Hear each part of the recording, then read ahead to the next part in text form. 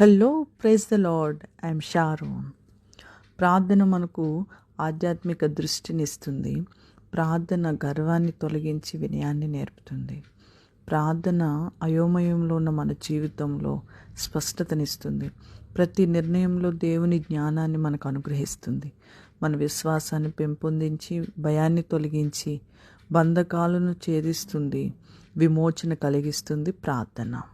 ప్రార్థన ద్వారా దేవుని సన్నిధిని అనుభవించవచ్చు. ఇది మన ఆత్మకు శాంతి, మనస్సుకు బలాన్ని ఇస్తుంది. ప్రార్థన మన హృదయాన్ని దేవుని చిత్తంలో సమన్వయం చేస్తుంది. ఆధ్యాత్మిక జ్ఞానానికి ద్వారాన్ని తెరుస్తుంది. నిరాశ పరిస్థితుల్లో ఆశను పునరుద్ధరిస్తుంది. మనం ఒంటరిగా లేమని గుర్తు చేస్తుంది ప్రార్థనే.